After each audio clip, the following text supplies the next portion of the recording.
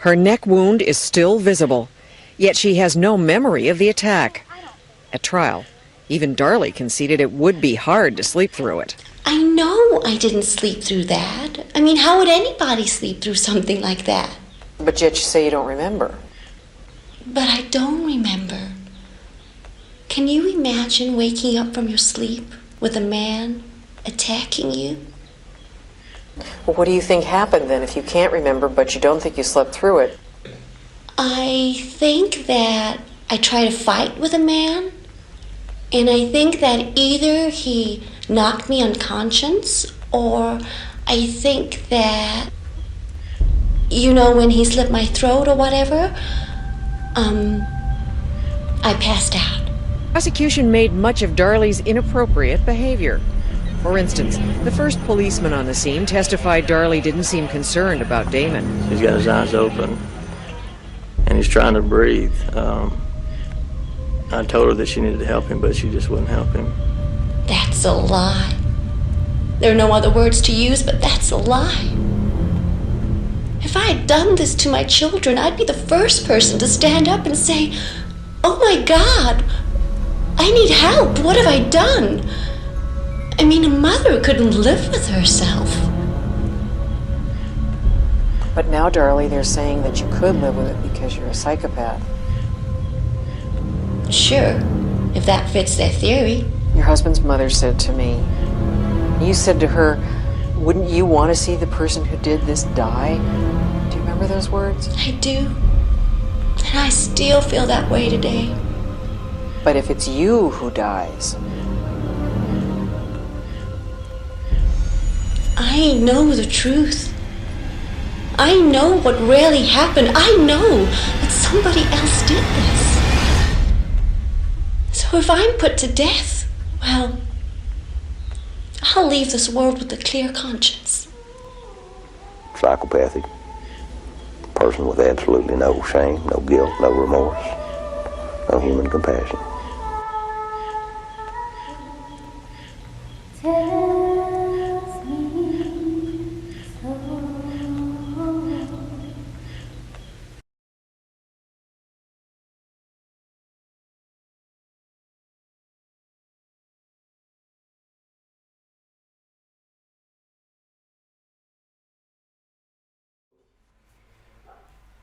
Betty's first trial ended with a hung jury, but her second trial finished with 2 second-degree murder convictions. She could spend the rest of her life in prison, and she has joined us from prison by satellite. Hello, Betty. How are you doing? Hi, fine. So, when did you start to sense things were going wrong? Dan was never a womanizer. I always trusted where he was going, and we had absolute trust in one another, as we should, because we were committed. But in 1983, I noticed Dan at a party talking about a girl who he thought was really beautiful.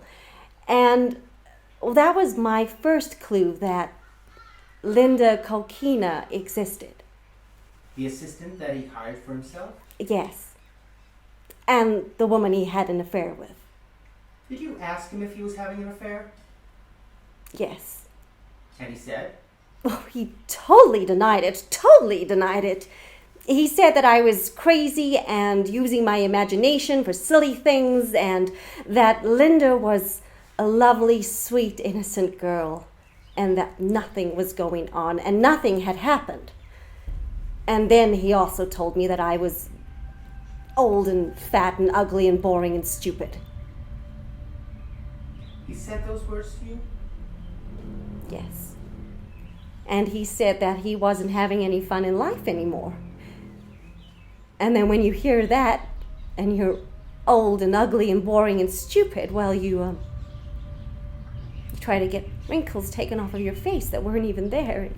You try and get your teeth fixed, because I have a tooth that's a tiny millimeter of a something crooked, and I try to be flawless. Absolutely, perfectly flawless for Dan Broderick. You loved him? Yeah, I did. Then why take the gun, Betty?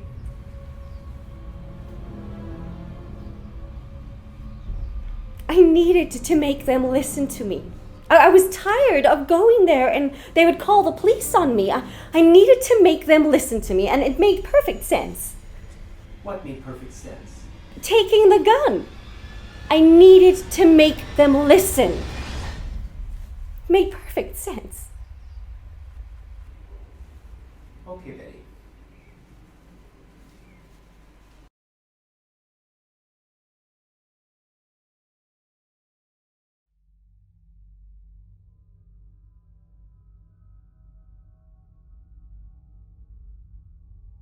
Tell me in your words what happened.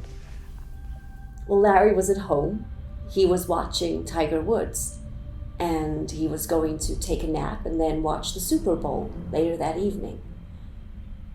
I checked in on him to ask him if he needed anything, and he told me that we were going to get pizza later. So I went back outside, and my music was blaring and I was working out. And I came back into my house around 4:30, 5 o'clock in the afternoon.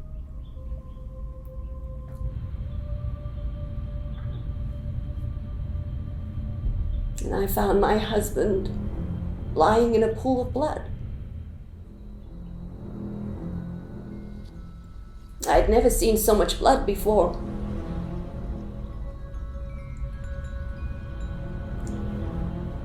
I didn't know if Larry had fallen down the stairs, if Larry had been shot, if Larry had been stabbed. I didn't know what had happened. So I frantically took his pulse, and then I ran outside to call 911. I thought that my husband was still alive, because his eyes were open. I told him to hang on.